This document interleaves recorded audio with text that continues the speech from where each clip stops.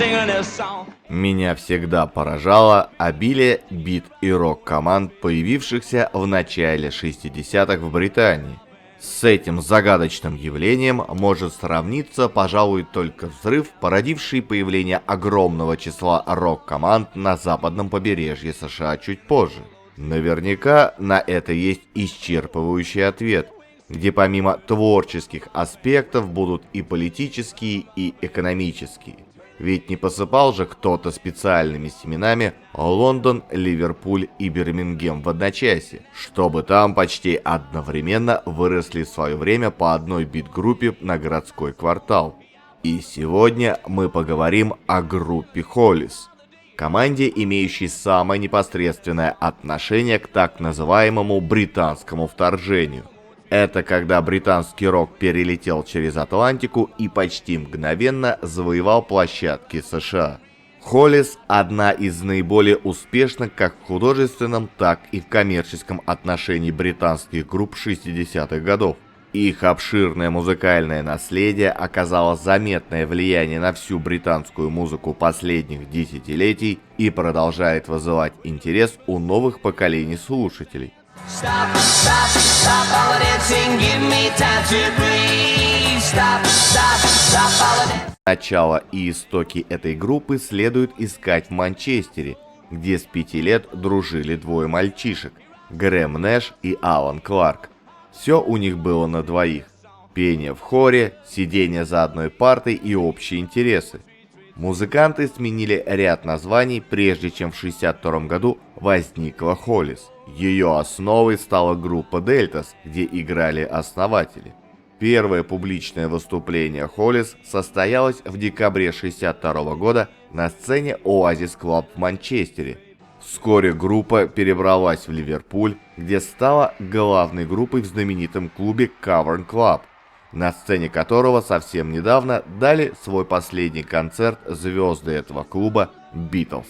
Beatles же пошли на повышение, и сцена клуба Cavern стала им тесна. Именно в этот самый момент вакантное место заняли Hollies, а уже через пару месяцев их увидели, услышали, и они понравились представителю лейбла EMI. В это время группу покинул Стил, который не захотел стать профессионалом, и у Hollies появилось удачное приобретение в лице Тони Хикса, который не только пел, но и оказался неплохим сочинителем песен. Так начался выпуск синглов. В конце 1963 года группа ворвалась в национальную десятку. Кавер на песню «Stay» от команды Morris Williams and the Zodiacs вышел удачным во всех отношениях и полностью отвечал вкусам публики того времени.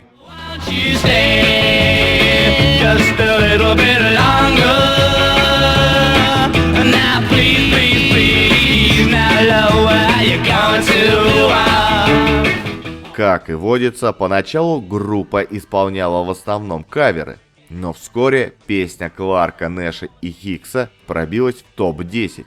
Они научились писать песни, которые, как говорится, цепляли, а их вокал просто обожала публика. I'm telling you, my friend, it's got to be the end with you.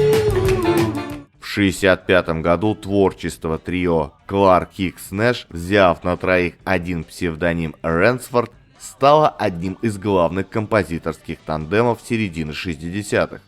К концу 1965 года Hollies зарекомендовали себя как одну из самых успешных британских групп. Каждый их сингл становился хитом. Неудачей лишь стал выпуск сингла, на первой стороне которого прозвучала песня Джорджа Харрисона. Версия не понравилась не только автору, но и всем участникам Beatles. Джон Леннон даже обвинил группу в том, что они портят репутацию Битлов, выпуская столь некачественные кавер-версии.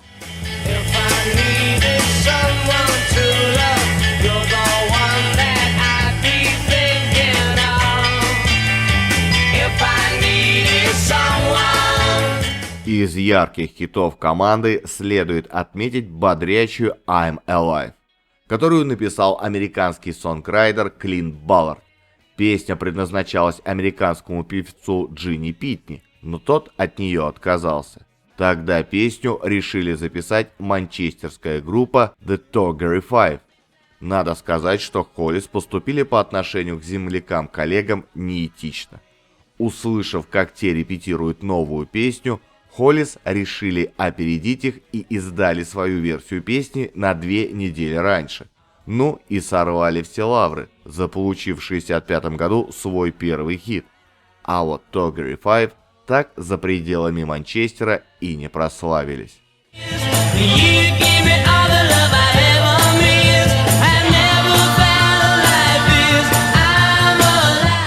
Несмотря на то, что группа была одной из самых успешных в Англии и континентальной Европе, добиться признания в Америке ей не удавалось. Тогда, в 1966 году, группа записала песню «Автобусная остановка», автором которой был Грэм Голдман. Это в 70-х он станет лидером знаменитой группы 10cc.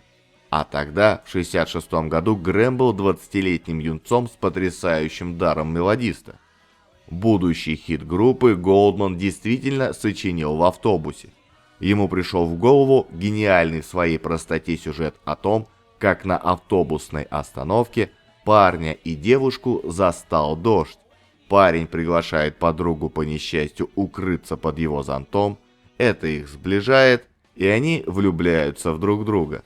Голдман вспоминал, что не мог дождаться момента, когда доедет домой и зафиксирует песню. В исполнении Холлис песня имела успех по обе стороны Атлантики.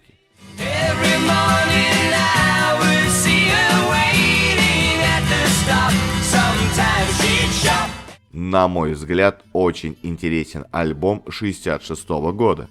Он записан с участием бас-гитариста Берни Клавертона, который заменил ушедшего из команды Эрика Хейдека. Тот посеял среди музыкантов смуту, заявив, что руководство обманывает их, не предоставляя парням реально заработанные ими деньги. Но вернемся к альбому. Он знаменателен для группы по 2 причинам. Во-первых, Алан, Томми и Грэм перестали пользоваться псевдонимом Рэнсфорд, и все песни целиком принадлежат группе. А во-вторых, в альбоме использованы разного рода экзотические инструменты и звуковые эффекты. Получился своеобразный ответ битловской пластинки, которая тогда взбудоражила умы и воображение многих музыкантов. Tell me to my face you're leaving now. Те годы стали поистине звездными для британского коллектива. В 1967 году группа выпустила сразу 2 долгоиграющих пластинки, и обе были высоко оценены как критиками, так и слушателями. Затем наступил по-своему переломный год для команды. Из нее ушел Грэм Нэш. Дело в том, что Хикс предложил погрузиться всей группой в набирающую тогда обороты популярность психоделику. В качестве пробника было решено записать альбом композиций Боба Дилана. Нэшу эта идея категорически не понравилась, и он покинул Холлис.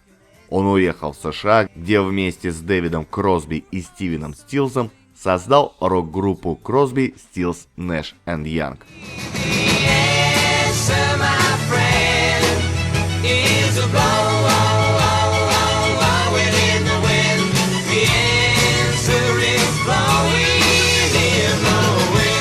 Потеряв одного из лидеров, группа не растерялась и нашла ему замену. Однако без Нэша дела у музыкантов не заладились. Продюсеры, подталкивающие музыкантов в сторону коммерческого звучания, добились своего, но от этого группа только потеряла, утратив былое очарование. Однако 1969 год ознаменовался выходом 2 песен, ставшими хитами. Первая —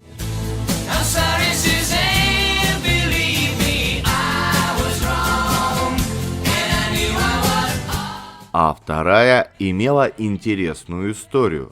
Началась эта история аж в 1884 году, когда в одном из крестьянских изданий появилась история о девочке, которая несла на спине большого мальчика, пострадавшего от увечья. Когда ее спросили, не тяжело ли ей нести свою ношу, она простодушно ответила: «Он не тяжелый, «Он мой брат». Позже историю растиражировали на открытках, а фраза «He and heavy, he is my brother» стала в 1941 году девизом американского общества Boys Town, помогавшего бездомным мальчишкам. Ну а затем фраза превратилась в песню, которую написали Бобби Скотт и Боб Рассел.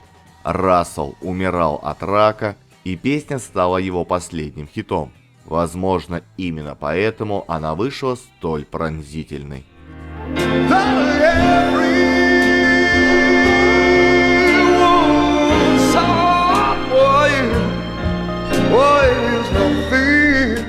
Первым песню записал Келли Гордон в 1969 году. Однако наибольшую известность имела выпущенная в том же году версия Холлис.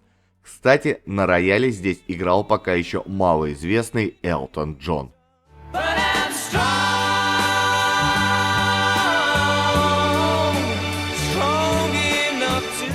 Позже песня была перезаписана сборной командой британских певцов.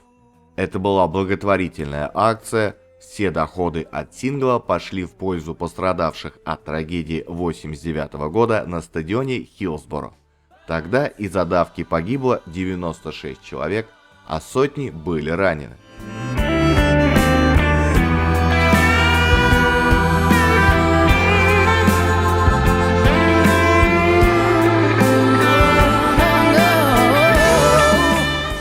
И вновь в группе возникли проблемы. Удрученный отсутствием своего давнего друга, Кларк все больше подумывал о начале сольной карьеры и в конце концов ушел. Правда, он вернулся в группу в 1973 году, и его песня вошла в топ-30.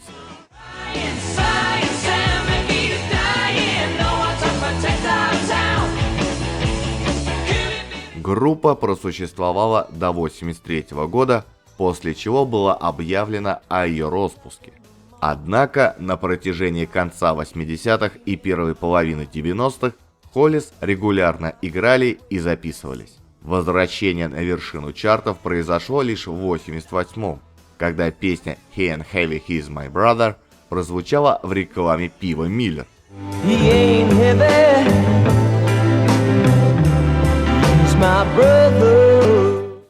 Успех переизданного сингла сопровождался выпуском удачного сборника и большим британским туром.